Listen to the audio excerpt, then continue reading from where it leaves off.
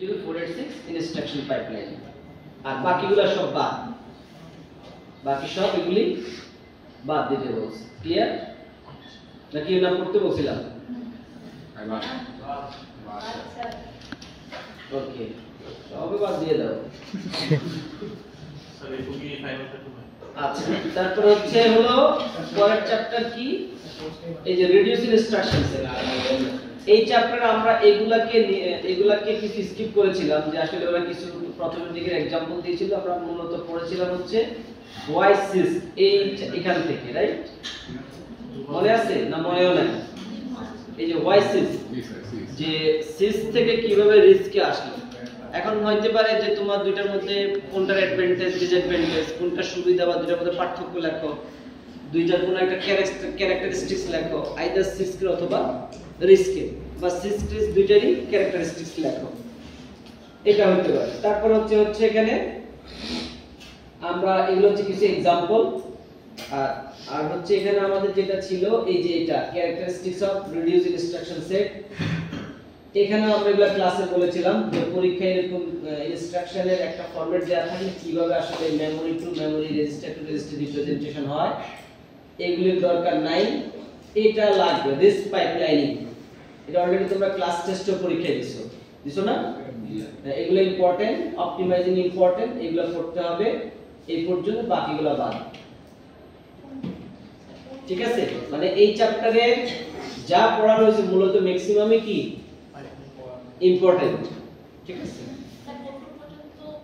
সব পড়ো প্রযুক্ত বলে কিছু না, সব পড়বা। এটা গেল, ওকে। লাস্ট লেকচার 7, এটা কোনটা বাদ দেওয়া যাবে না, পুরোটা পড়তে হবে। শুধু লাস্টের স্লাইডটা আমি তোমাদের জন্য বাদ দিতে পারি এটা।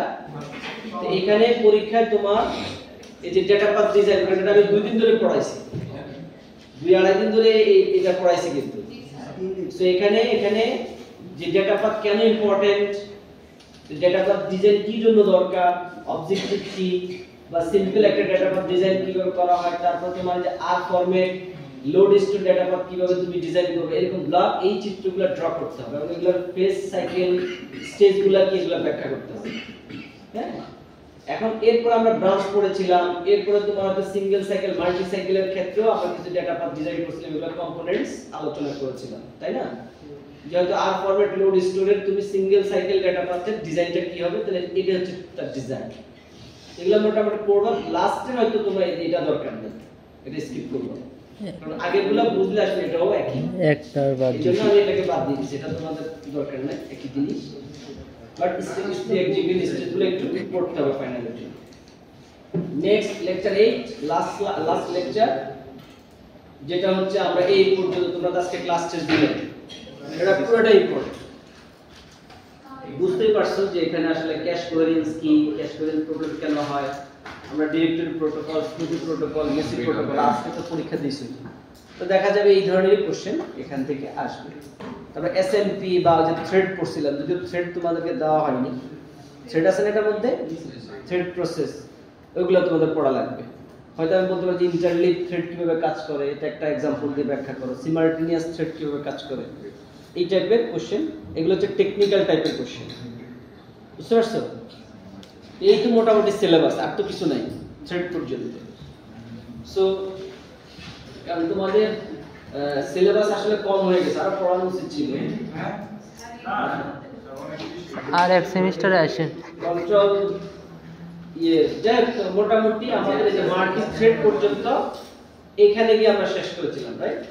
এই যে এই জায়গায় এই লেকচারে গিয়ে আমরা গত ক্লাসে শেষ করেছিলাম। তো এই হচ্ছে মোটামুটি সিলেবাস। বাকিগুলা নুমা আবার কি জানি পড়াছিলাম, উমা এটাও আছে, নুমা ঠিক আছে?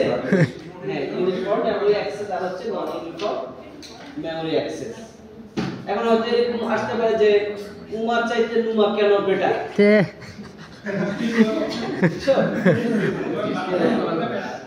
হ্যাঁ এইগুলা তো তুমি পড়লে আসলে এটা আনসার করতে পারবে। মানে মূলত হচ্ছে তুমি যদি স্টাডি করো, ওখান থেকে কোশ্চেন যেভাবে ঘুরে দেওয়া আপনাকে তুমি আনসার করতে পারবে। আর তুমি যদি না পড়ো তাহলে দেখবা যে আর মাথায় কাজ করতেছে না। ঠিক আছে, এই হচ্ছে মোটামুটি সিলেবাস। আর মোটামুটি যেগুলো বললাম এগুলো ইম্পর্টেন্ট, এগুলো তো বুঝতেই পারতেছো। তো এই হচ্ছে মোটামুটি আর কি ওভারভিউ। এখন তোমাদের আর কিছু কোশ্চেন থাকলে বলতে পারো।